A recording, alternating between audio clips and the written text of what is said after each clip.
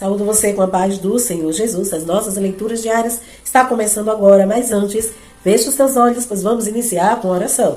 Senhor, meu Deus e meu Pai que está nos céus, maravilhoso é o teu nome. Te dou graças, Senhor, por este momento de estarmos aqui juntos para ler mais um dia da leitura diária. Ser conosco, que o teu Espírito Santo seja intérprete da tua palavra, Senhor, diretamente para com nossas vidas durante a leitura da tua palavra. Ser conosco, dando saúde, graça a mim e a meus irmãos que aqui estão comigo. Jesus, nos ajude. Amém e amém. Amém? Capítulo 23 de Isaías diz assim: Profecia contra Tiro. Advertência contra Tiro. Plantei navios de Tarsis, pois Tiro foi destruída e ficou sem nenhuma casa e sem porto. De Chipre lhe veio essa mensagem: Fiquem calados, habitantes das regiões litorâneas, e vocês, mercadores de Sidom, enriquecidos pelos que atravessam o mar, e as grandes águas o trigo de Sior. E a colheita do Nilo eram a sua renda, e vocês se tornaram o suprimento das nações vocês se tornaram.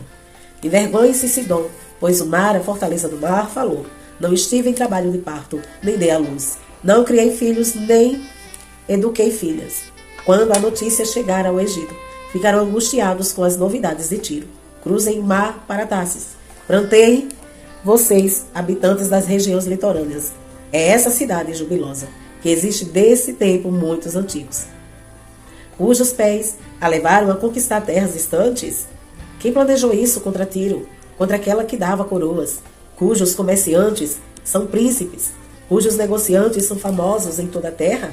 O Senhor dos Exércitos o planejou para abater todo orgulho e vaidade e humilhar todos os que têm fama na terra. Cultive a sua terra, como se cultivam as margens do Nilo. Ó povo de Tarsis, pois você não tem mais porto. O Senhor estendeu a mão sobre o mar e fez tremer seus reinos. Acerca da Fenícia ordenou que as suas fortalezas sejam destruídas e disse: Você não se alegrará mais, ó cidade de Sidom, virgem derrotada. Levante-se, atravesse o mar até Chipre, nem lá você terá descanso. Olhe para a terra dos babilônios e seu povo que não existe mais. Os assírios a deixaram para as criaturas do deserto. Ergueram torres de vigia, despojaram suas cidadelas e fizeram dela uma ruína. Plantei vocês, navio de Tarsis. Destruída está sua fortaleza. Naquele tempo, Tiro será esquecida por 70 anos, o tempo da vida de um rei. Mas no fim dos 70 anos, acontecerá com Tiro o que diz a canção da prostituta. Pega a harpa, vá pela cidade, ó prostituta esquecida. Toque a harpa, cante muitas canções para se lembrarem de você. No fim dos 70 anos, o Senhor se lembrará de Tiro. Essa voltará ao seu ofício de prostituta e servirá a todos os reinos que há na face da terra. Mas o seu lucro e a sua renda serão separados para o Senhor. Não serão guardados nem depositados. Seus lucros irão para os que vivem na presença do Senhor, para que tenham bastante comida e roupas finas. Capítulo 24. A devastação do Senhor na terra. Vejam, o Senhor vai arrasar a terra e devastá-la. Arruinará a sua superfície e espalhará seus habitantes. Será o mesmo para o sacerdote e o povo, para o senhor e o servo, para a senhora e a serva, para o vendedor e o comprador, para quem toma emprestado e quem empresta, para o devedor e o credor. A terra será completamente arrasada e totalmente saqueada. Quem falou essa palavra foi o Senhor. A terra seca-se e murcha. O mundo definha e murcha. Definham os nobres da terra. A terra está contaminada pelos seus habitantes, porque desobedeceram as leis, violaram os decretos e quebraram a aliança eterna. Por isso a maldição consome a terra, e seu povo é culpado. Por isso os habitantes da terra são consumidos pelo fogo, ao ponto de sobrarem pouquíssimos. O vinho novo vai-se, e a videira murcha. Todos os que se divertiam gemem. O som festivo dos tamborins foi silenciado. O barulho dos que se alegram parou. A harpa cheia de júbilo está muda.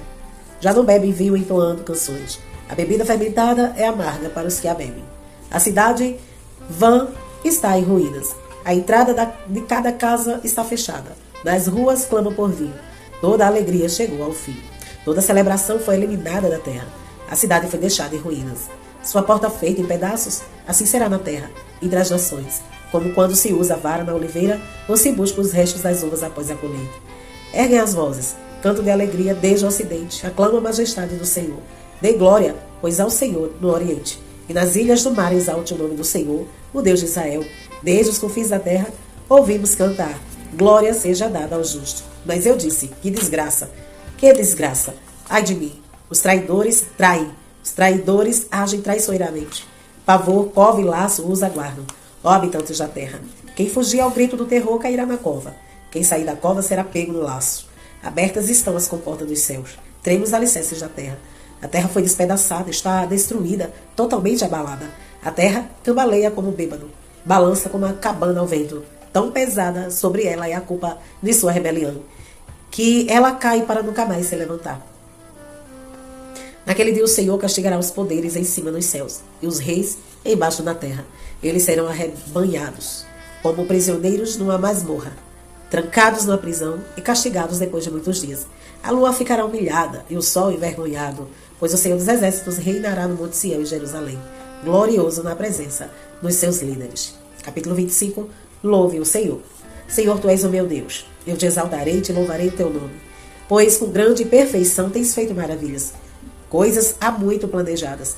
Fizeste da cidade um monte de entulho, da cidade fortificada uma ruína, da cidade dos estrangeiros uma cidade inexistente, que jamais será reconstruída. Por isso o povo forte se honrará.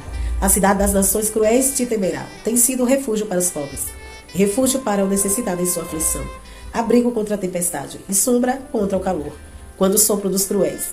É como tempestade contra o muro e como calor no deserto. Tu silencias o bramido dos estrangeiros, assim como diminui o calor com a sombra de uma nuvem. Assim a canção dos temíveis é emudecida. Neste monte o Senhor dos Exércitos preparará um fardo, banquete para todos os povos. Um banquete de vinho envelhecido com carnes suculentas e o melhor vinho. Nesse monte ele destruirá o véu que envolve todos os povos. A cortina que cobre todas as nações destruirá o monte para sempre. O soberano, o Senhor, enxugará as lágrimas de todo o rosto e retirará de toda a terra a zombaria do seu povo. Foi o Senhor quem o disse. Naquele dia dirão: Este é o nosso Deus. Nós confiamos nele e ele nos salvou. Este é o Senhor, nós confiamos nele. Exultemos e alegremos-nos, pois ele nos salvou. Pois a mão do Senhor repousará sobre este monte. Mas Moabe será pisoteado em seu próprio lugar, como a palha pisoteada na esterqueira. Ali Moabe estenderá as mãos, como faz o nadador para nadar. Mas o Senhor abaterá o seu orgulho, apesar da habilidade de suas mãos. Abaterá as torres altas dos altos muros e os derrubará. Ele os lançará ao pó da terra. Amém? 1 Coríntios, capítulo 3. As divisões da igreja. Irmãos, não lhes pude falar como as espirituais, mas como a carnais, como as crianças em Cristo. Deles leite e não alimento sólido, pois vocês não estavam em condições de receber. De fato, vocês ainda não estão em condições, porque ainda são carnais.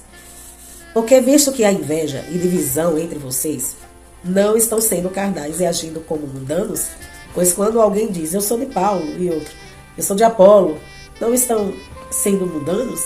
Afinal de contas, quem é Apolo? Quem é Paulo? Apenas servos por meio dos quais vocês vieram a crer, conforme o ministério que o Senhor atribuiu a cada um.